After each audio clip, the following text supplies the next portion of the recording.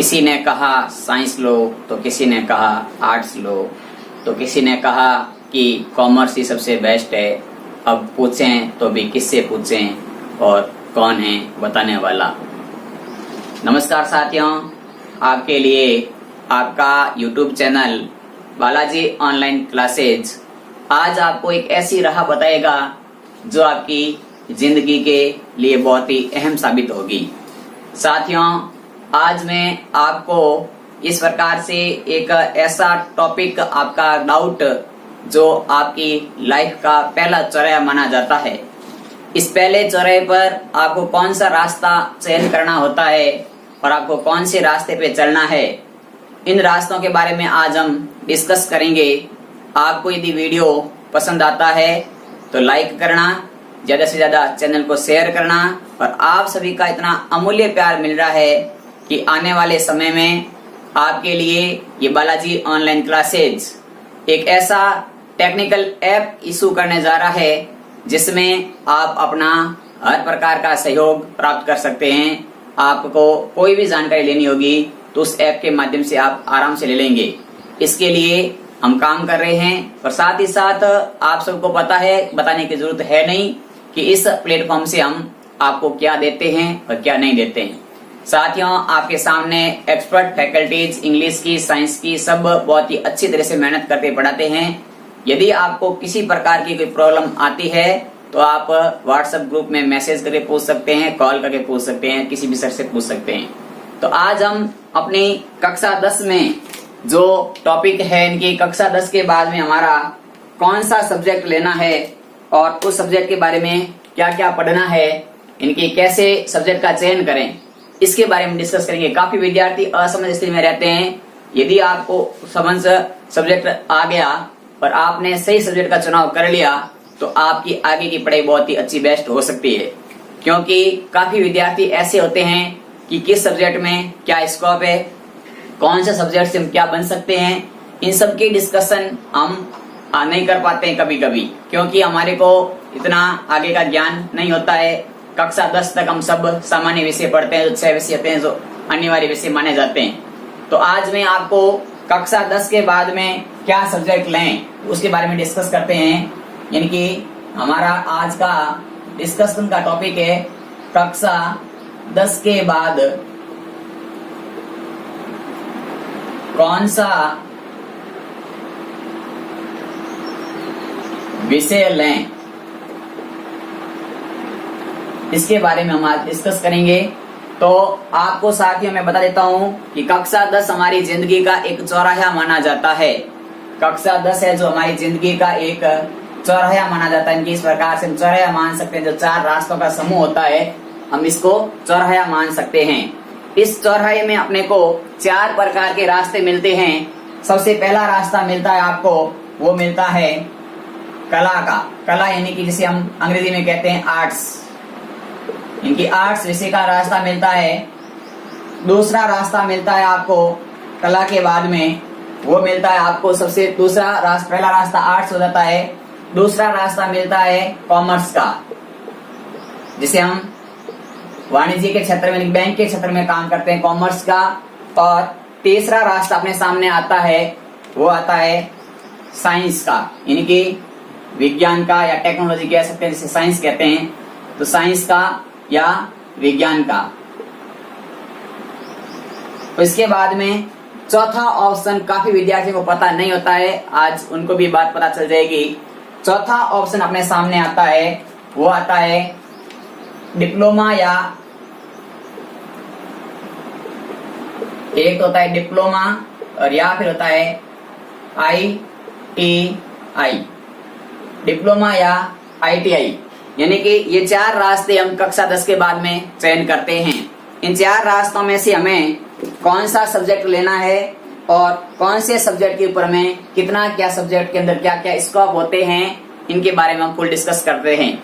यदि आपको प्रशासनिक सेवा में काम करना है, किसी भी प्रकार की प्रशासनिक सेवा, जिसे हम कह सकते हैं IAS, RAS, कलेक्टर, लेक्चरर आदि, इन सभी प्रकार के जो आधिकारिक सेवाएं होती है, राजनीति के क्षेत्र में जाना है या बड़ा राजनेता बनना है, तो आपके लिए कला विषय सबसे बेस्ट विषय माना जाता है। यानी कि ऐसा नहीं है मित्रों कि इस कला यानी कि आर्ट्स वाला विद्यार्थी उसके लिए स्कोप नहीं होते हैं। स्कोप हर विषय के होते हैं, बस निर्भर हम पर करता है कि हम कौन सा स्कोप चुनते हैं, फिर उस स्कोप के ऊपर हम कितना फोकस करते हैं। क्योंकि कहा जाता है कि मेहनत करने वालों की कभी हार नहीं होती और की गई कोशिश भी कभी बेकार नहीं जाती। एक सीढ़ी जब दीवार पे चढ़ती है तो चढ़ते समय वो 1000 बार फिसलती है, लेकिन आखिर वो सफलता प्राप्त कर लेती है। तो मित्रों, इसमें क्या होता है कि हम यही काम करना छोड़ देते हैं कि अब हमें क्या करना है क्या नहीं करना है। इस प्रकार की डिस्कशन हमें पहले कर लेना चाहिए। काफी बार क्या होता है कि हमारा सब्जेक्ट हमारे इच्छा के विपरीत चला जाता है। यानी कि हमें पढ़ना होता है कला और हम ले लेते हैं साइंस, फिर हमें साइंस हार्ड लगती है, पढ़ाई कर नहीं पाते हैं, पूरी मेहनत होती नहीं है और फिर हम उस रास्ते में आधे अधूरे रह करके भटक जाते हैं। इसीलिए यदि हमें अपना सब्जेक्ट पहले कॉन्सेप्ट बिल्कुल पता चल जाए तो हम आराम से काम कर सकते हैं। तो सबसे पहले मैं आपको बताता हूं कि इस कला सब्जेक्ट है, इस कला के अंदर क्या क्या चीज हम पढ़ते हैं। तो इसके अंदर आपका पहला आता है इतिहास। एक विषय होता है इतिहास, जिसमें हमें बहुत सारे इंटरेस्टिंग कहानियां, इतिहास हमारे राष्ट्र का क्या इतिहास रहा, हमारे समाज का क्या इतिहास रहा, तो सब जानकारी इतिहास में मिलती है। दूसरा विषय इसमें हम पढ़ते हैं साहित्य। साहित्य में हम हिंदी साहित्य पढ़ सकते हैं, अंग्रेजी साहित्य पढ़ सकते हैं या संस्कृत साहित्य पढ़ सकते हैं। इन सभी साहित्यिक विषयों में हमें यदि हमारे आगे जाने के बाद में किसी प्रकार के प्रोफेसर, कवि, लेक्चरर, लेखक कुछ भी बन सकते हैं, हमें साहित्य का अच्छा ज्ञान होना चाहिए। तो इसके साथ ही अगला इसका विषय आता है, वो आता है भूगोल, जिसे हम कहते हैं जियोग्राफी। तो भूगोल के बारे में इनके पृथ्वी से लेकर के आकाश के ऊपर और पृथ्वी की गहराई के अंदर इन सब में किस प्रकार की गतिविधियों का अध्ययन करना होता है, उन सब के बारे में हम इस भूगोल में पढ़ते हैं। तो आपका जो इंटरेस्ट होता है उस सब्जेक्ट को आप आराम से सुन सकते हैं। भूगोल के बाद में हमारा अगला विषय आता है इसी में आर्ट्स में मनोविज्ञान। इस मनोविज्ञान में हम कि मनोविज्ञान के सामने वाले के दिमाग में क्या चल रहा है, इनकी किसी की साइकोलॉजी पढ़नी है, किसी का मस्तिष्क पढ़ना है, तो हम इस सब्जेक्ट मनोविज्ञान के अंदर हमें ऐसे कुछ इस प्रकार से अध्ययन किया जाता है कि हम सामने वाले का दिमाग पढ़ के पता लगा लेते हैं कि इसके दिमाग में क्या चलता है। तो यदि आपको ऐसे कुछ सब्जेक्ट होते हैं जो बहुत ही इंपॉर्टेंट सब्जेक्ट माने जाते हैं। फिर हमारा सब्जेक्ट आता है राजनीति, राजनीति विज्ञान, जिसे पॉलिटिकल साइंस कहते हैं। तो पॉलिटिक्स साइंस में भी हम राजनीति के बारे में, देश की सरकार के बारे में अध्ययन कर सकते हैं कि हमारी कानून व्यवस्था कैसी है, हमारे सरकार कैसे चलती है, सरकार के अंदर कौन कौन से पद होते हैं, इन सब के बारे में हम राजनीति में अध्ययन करते हैं। यदि आपका इसमें इंटरेस्ट होता है तो फिर आप इस सब्जेक्ट को सेलेक्ट कर सकते हैं।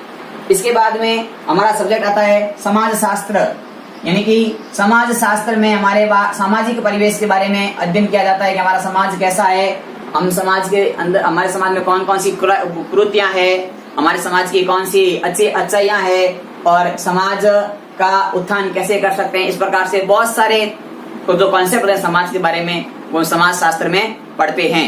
इसके साथ ही यदि हमारे को किसी प्रकार की फिलोसॉफी पढ़नी होती है तो एक सब्जेक्ट होता है फिलोसॉफी, जो भी इसमें आता है। और छोटे मोटे सब्जेक्ट आते हैं, लेकिन मैंने प्रमुख सब्जेक्ट थे कला के, वो मैंने आपको बताए। जैसे आप कानून की पढ़ाई कर सकते हैं, कला के अंदर कानून की पढ़ाई भी होती है। इसी प्रकार आप जब ये 11th में आर्ट्स सब्जेक्ट लेते हैं तो आपको 11th 12th में आर्ट्स जो आपकी बुक्स है उनको आप गहराई से अच्छे से पढ़िए।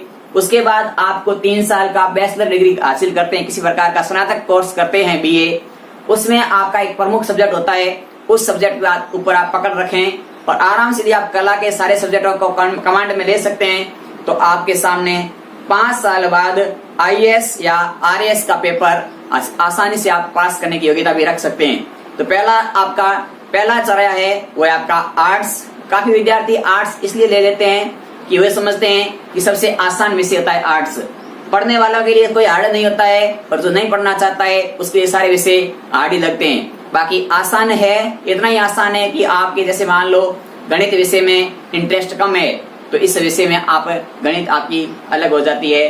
बाकी अगला टॉपिक है हमारा दूसरा रास्ता माना जाता है, उसको मानते हैं कॉमर्स को मानते हैं। तो कॉमर्स के अंदर क्या होता है कि कॉमर्स के अंदर यदि आपको बैंक के क्षेत्र में काम करना है, बिजनेस के क्षेत्र में काम करना है, तो आप कॉमर्स विषय को अच्छे से पढ़ सकते हैं। इसमें आप बैंक में जा सकते हैं, बैंक मैनेजर हो गया, कैशियर हो गया, बैंक का हिसाब लेनदार, यानी कि बैंक के अंदर जो भी पोस्टें होती है कॉमर्स विषय वालों के लिए वो अच्छी साबित होती है।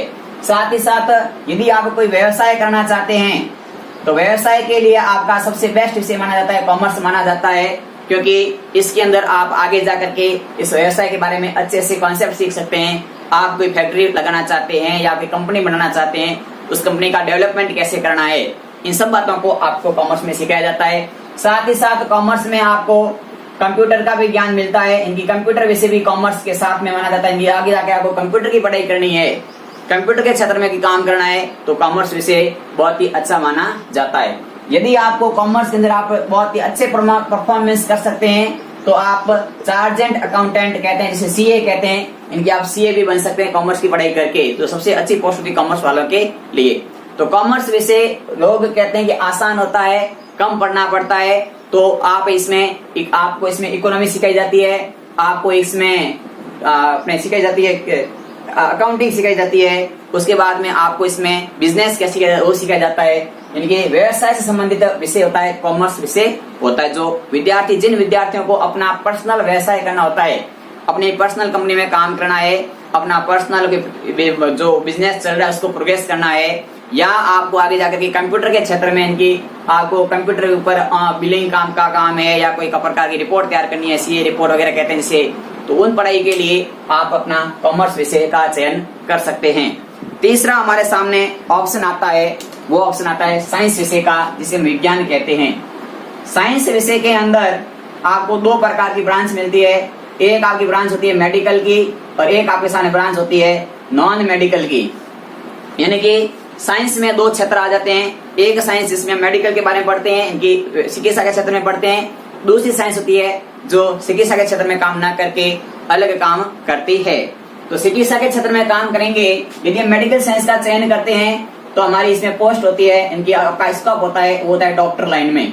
इनकी आप डॉक्टर बन सकते हैं, अच्छे से डॉक्टर बन सकते हैं, अच्छे से नर्स स्टाफ बन सकते हैं, और भी आपके मेडिकल में टेक्नीशियन टीम होती है, इनकी लैब टेक्नीशियन है वगैरह है, तो उनके लिए साइंस मेडिकल साइंस होना अनिवार्य होता है। नॉन मेडिकल वाला इंजीनियर के क्षेत्र में काम करता है, इनकी इंजीनियरिंग करनी है तो आपको नॉन मेडिकल वाला काम ले सकते हैं। आप इंजीनियरिंग के क्षेत्र में आपको जो काम होते हैं वो बहुत ही बेस्ट इंजीनियर के, इनकी साइंस मैथ वाला सब्जेक्ट आता है, साइंस के अंदर साइंस बायोलॉजी और साइंस मैथमेटिक्स। बायोलॉजी मेडिकल के क्षेत्र में काम आती है, जीव विज्ञान, और मैथमेटिक्स होती है वो आपकी इंजीनियर के क्षेत्र में काम आती है। और साथ ही साथ यदि आपको किसी प्रकार का शोध कार्य करना है, वैज्ञानिक काम पद पर काम करना है, तो भी आपको साइंस के नॉन मेडिकल ब्रांच का चयन करना पड़ेगा। आगे जाकर के फिर आप किसी प्रकार के शोध कार्य कर सकते हैं, जैसे कोई खोज करनी है या किसी के बारे में और अधिक विश्लेषण करना है, तो आपके लिए वो सब्जेक्ट रहता है साइंस टेक्नोलॉजी। इंफॉर्मेशन टेक्नोलॉजी के अंदर हम बहुत कुछ सीखते हैं। तो ये आपका था साइंस से संबंधित बैकग्राउंड का, जिसमें आपको फिजिक्स, भौतिक विज्ञान में आपको पदार्थों के बारे में पढ़ना पड़ता है, पदार्थ की अवस्था क्या होती है, पदार्थ के गुण क्या होते हैं, पदार्थ का रंग क्या है, ताप क्या होता है, दाब क्या होता है, गति क्या होती है, इन सब के बारे में हम अध्ययन करते हैं भौतिकी के अंदर। दूसरा इसका सब्जेक्ट आता है रसायन विज्ञान, जिसमें हम केमिकल्स के बारे में अध्ययन करते हैं, जो मेडिकल के क्षेत्र में भी काम आती है और नॉन मेडिकल में भी काम आती है केमिकल्स। फिर हम तीसरा इसमें अध्ययन करते हैं जीव विज्ञान का। जीव विज्ञान के अंदर हमारी मानव की बॉडी, मानव या जीव जंतु के अंदर कौन कौन से पार्ट्स होते हैं, उनके क्या क्या अंग काम करते हैं, उनमें कौन सी बीमारी कैसे होती है, उन सब के बारे में हम डिस्कशन के साथ पूरा अध्ययन करते हैं मेडिकल के अंदर, जीव विज्ञान के अंदर, जो मेडिकल साइंस का पार्ट होता है। इसी के साथ एक और पार्ट आता है इसके अंदर, वो आता है गणित, जिसमें हम एडवांस गणित भी सीखते हैं, अर्थमेटिक भी सीखते हैं, और इतनी हाई लेवल की मैथमेटिक्स हम पढ़ लेते हैं कि हमारे पास में आगे जाकर के गणित के बारे में इतना सारा ज्ञान हो जाता है कि हमें कौन सा काम किस हिसाब से करना है। तो गणित की जो हाई लेवल लैंग्वेज है, गणित के अंदर तो हमें ऊंचाई की गणित की अधिकतम हाई लेवल गणित कैसे होती है, गणित में कैसे खोज की जाती है, गणित के अंदर क्या क्या प्रमेय होते हैं, प्रमेय कैसे बनाए जाते हैं, सबके बारे में अच्छे से डिस्कस करने के लिए साइंस मैथ्स सब्जेक्ट बहुत ही इंपॉर्टेंट साबित होता है। इसमें भी आप ऐसा नहीं कि प्रशासनिक सेवा में नहीं जा सकते हैं, प्रशासनिक सेवा में आप यहाँ से भी जा सकते हैं, आपका मैथ सब्जेक्ट होगा आप यहाँ से जा सकते हैं, लेकिन अच्छा स्कोप होता है आर्ट्स के लिए कि आसानी से जा सकता है क्योंकि उसको जीके का बहुत ज्यादा नॉलेज बन सकता है यहाँ से। अगला हमारा इम्पोर्टेंट है, यदि आप स्कूल नहीं जाना चाहते हैं 10वीं के बाद में और आप सीधा कॉलेज जाना चाहते हैं तो उसके लिए आपके सामने दो ऑप्शन आते हैं। एक आता है आपको डिप्लोमा और एक आपको आता है ITI। डिप्लोमा यानी पॉलिटेक्निकल कॉलेज होती है, पॉलिटेक्निकल संस्थान होती है जो अनेक फील्ड में डिप्लोमा कराती है। जैसे फैशन डिजाइन में आपने डिप्लोमा कर दिया 3 साल का, उसके बाद में आप कोई भी फैशन डिजाइन की कंपनी में आप जाकर के अपना इंटरव्यू देकर के आप एक अच्छी जॉब प्राप्त कर सकते हैं।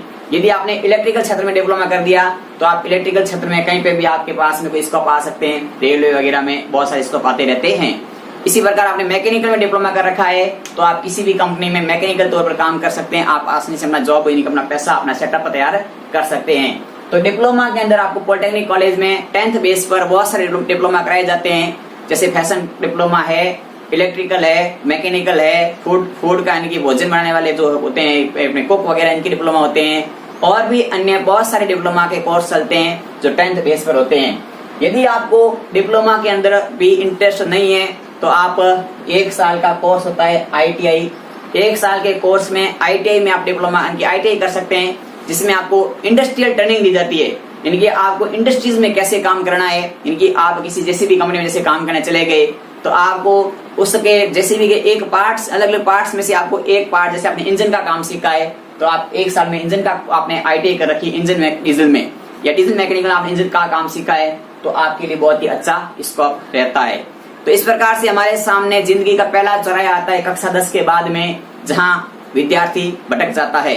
वहां से यदि हमने अपना रास्ता सही सुन लेते हैं तो आने वाले समय में हम बहुत ही अच्छा स्कोप प्राप्त कर सकते हैं, जो मैंने आपके सामने डिस्कस किया। यदि आपको यह वीडियो पसंद आया है तो ज्यादा से ज्यादा शेयर करना, ताकि आने वाला हर विद्यार्थी कक्षा 11वीं के अंदर अपने सब्जेक्ट का चुनाव सही ढंग से कर सकता है। इसमें कुछ परसेंटेज के भी मायने होते हैं, जैसे आपको आर्ट्स लेनी है तो परसेंटेज काफी कम हद तक होते हैं तो भी आर्ट्स हर विद्यार्थी ले लेता है, लेकिन कॉमर्स इनकी 60% के आसपास मीडियम वर्ग का विद्यार्थी होता है वो कॉमर्स के अंदर जाता है, और जो थोड़ा हाई लेवल का विद्यार्थी है जिसका पढ़ने में इंटरेस्ट ज्यादा होता है, जो कम से कम 8-10 घंटे आराम से पढ़ सकता है, वो साइंस सब्जेक्ट का चुनाव करता है, जिसके परसेंटेज 60 अबाव इनकी 70 या 80 के आसपास होते हैं। वैसे परसेंटेज किसी सब्जेक्ट में मायने नहीं रखता है मित्रों, परसेंटेज आपका कोई मायने नहीं रखता है, रखते हैं, लेकिन यदि हम काफी बार आप देखते हैं कि ऐसे शख्स लोग जो परसेंटेज पहले उनके बहुत डाउन होते हैं लेकिन आज वो बहुत ही बड़ी बड़ी पोस्टों पे काम करते हैं, क्योंकि उनकी मेहनत एक ऐसी चीज होती है जो परसेंटेज कम होने के बावजूद भी उन्हें आगे का रास्ता खुला देती है। तो हमें किसी प्रकार से घबराना नहीं है, जैसा भी हमारा रिजल्ट उचित रहा है उस रिजल्ट से हम संतुष्ट होना है। तो ये नहीं है कि अब हमारे 60% बन गए हैं अब हमें 80% बने नहीं, अब हम पढ़ेंगे नहीं, अब क्या मतलब है पढ़ने का, ऐसा कुछ नहीं है विद्यार्थियों और मेरे प्यारे मित्रों। परसेंटेज बन जाते हैं तो बढ़िया रहता, लेकिन नहीं बने हैं तो भी कोई बात नहीं। हमारे को हमारा स्कोप देखना है कि आगे हमें किस क्षेत्र में काम करना है, उस क्षेत्र का चयन आप अवश्य करें। ठीक है, यदि आपको हमारा वीडियो पसंद आया है तो प्लीज लाइक करें, शेयर करें और चैनल को सब्सक्राइब करें। धन्यवाद।